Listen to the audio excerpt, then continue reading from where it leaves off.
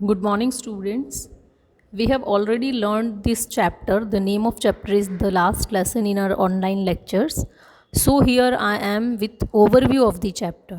So यहाँ पे मैं आपको सिर्फ एक ओवरव्यू दे रही हूँ चैप्टर का, जो कि ऑलरेडी हमने ऑनलाइन क्लास में पढ़ा हुआ है। तो लास्ट लेसन जो है आपका, ये एक फ्रांस में रहने वाले एक फ्रेंड्स नाम के लड़के की स्टोरी है।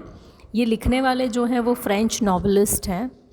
अब ये जो मतलब चैप्टर है, ये एक वॉर के टाइम का, रशियन और पर्शियन और फ्रेंच के बीच में जो एक वॉर हुई थी, जिसमें जर्मनी ने भी पार्टिसिपेट किया था। और जर्मनी ने ये जो फ्रांस है, इसके दो सिटीज़ जो हैं, एक एल्सिस एंड दूसरा लॉरेन, इन दोनों सिटी पे अपना विक्ट्री हासिल किया था।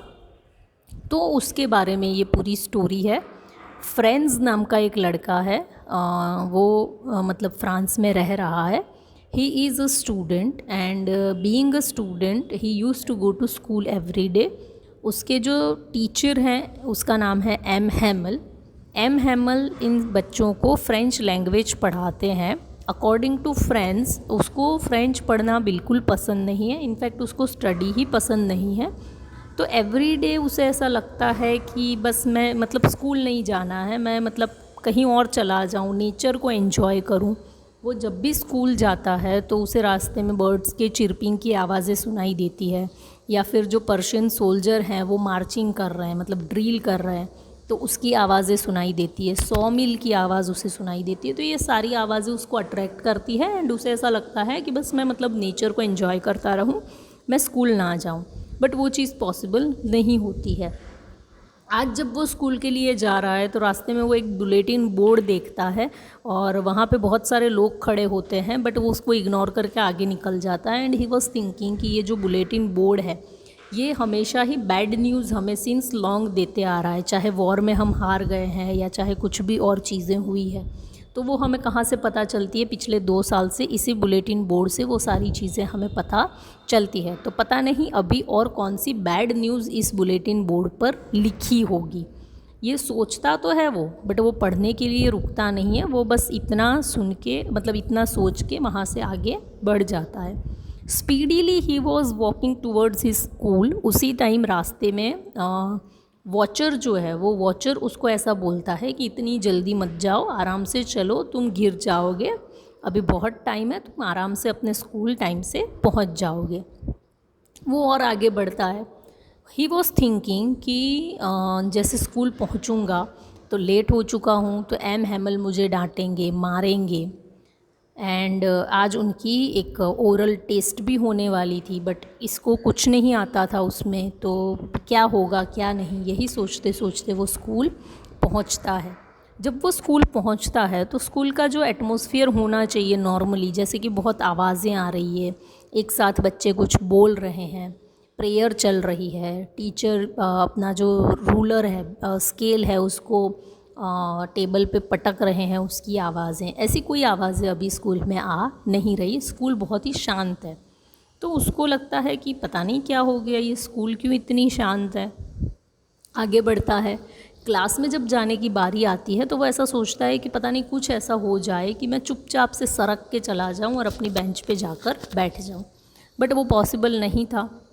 तो वो डोर नॉक करता है। नॉक करने के बाद वो परमिशन लेता है एम हैमल से। वो डर रहा है कि एम हैमल डांटेंगे, मारेंगे, बट ऐसा कुछ नहीं होता। एम हैमल उसको बहुत ही प्यार से बोलते हैं कि हाँ आ जाओ, अंदर बैठ जाओ, हम तो तुम्हारे बिना ही शुरू करने वाले थे।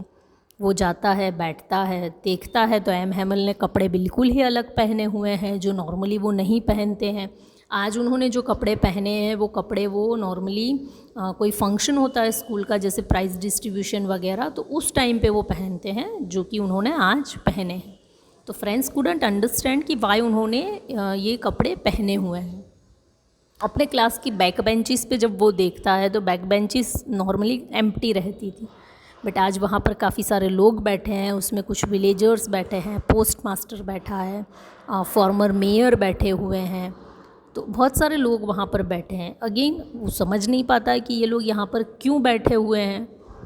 अब बात आगे बढ़ती है तो एम हैमल ऐसा अनाउंस करते हैं कि आज तुम्हारा ये फ्रेंच का लास्ट लेसन है, कल से मैं तुम्हें नहीं पढ़ाऊँगा, कल से तुम लोगों को जर्मनी पढ़ाई जाएगी, जर्मन लैंग्वेज पढ़ाई जाएगी।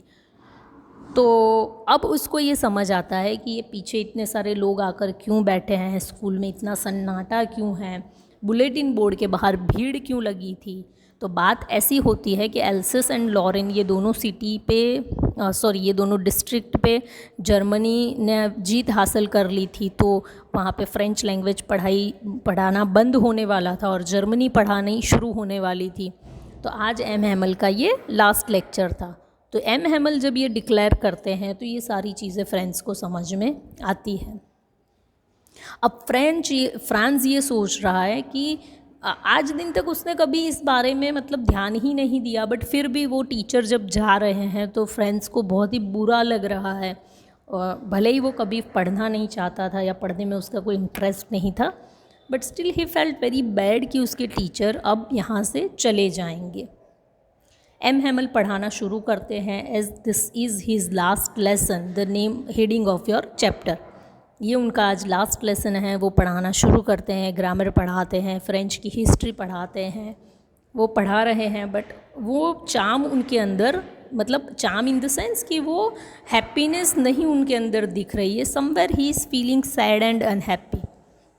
वो पढ़ा रहे हैं तो पढ़ाने के टाइम पे जो बर्ड के एग्स हैं उसकी तरफ ये जो फ्रेंड्स है उसका ध्यान जाता है। बाकी के सारे बच्चे अपने काम में बिज़ी हैं, वो कुछ काम मतलब लिख रहे हैं, कर रहे हैं। तो बच्चों के स्क्रैचिंग मतलब पेन स्क्रैच हो रही है, बस उसकी आवाज़ क्लास में आ रही है। उसके अलावा क्लास में और कोई आवाज़ सुनाई नहीं दे रही, क्लास एकदम ही शांत है।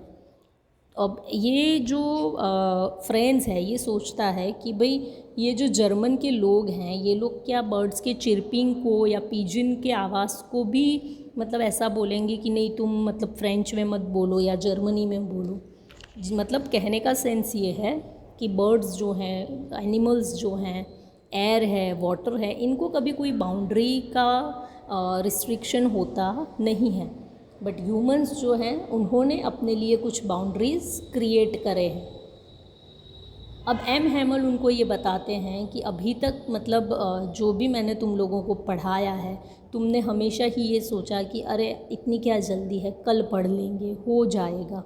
बट आज सिचुएशन ये आके खड़ी हो गई है कि तुम लोगों को फ्रेंच लैंग्वेज आती तक नहीं है और फिर भी जो जर्मन लोग हैं वो तुम्हें फ्रेंच पीपल कह के बुलाएंगे, तुम्हें गुलाम की तरह ट्रीट करेंगे, though you don't know even your own language. M Hamel ये बोलते हैं कि जब इंसान अपनी लैंग्वेज छोड़ देता है तो समझ लो कि वो गुलामी की तरफ आगे बढ़ रहा है। अब उसकी ओरल टेस्ट की बारी आती है, तो जब ओरल टेस्ट की बारी आती है तो फ्रेंड्स को खड़ा किया जाता है और उससे क्वेश्चन पूछे जाते हैं। बट नेचुरली फ्रेंड्स को कुछ नहीं आता है तो वो बहुत ही टेंशन में आ जाता है कि मैं क्या जवाब दूँ, क्या नहीं दूँ। बट वो चुपचाप वहाँ पर खड़ा रहता है, वो कुछ भी बोलता नहीं है और उसे ये लगता है कि शायद अब एम हैमल मुझे मारेंगे, डांटेंगे। बट इन हिज सरप्राइज ऐसा कुछ भी होता नहीं है। We will keep the story till this, will see the next story in next video, rest of the story in next video.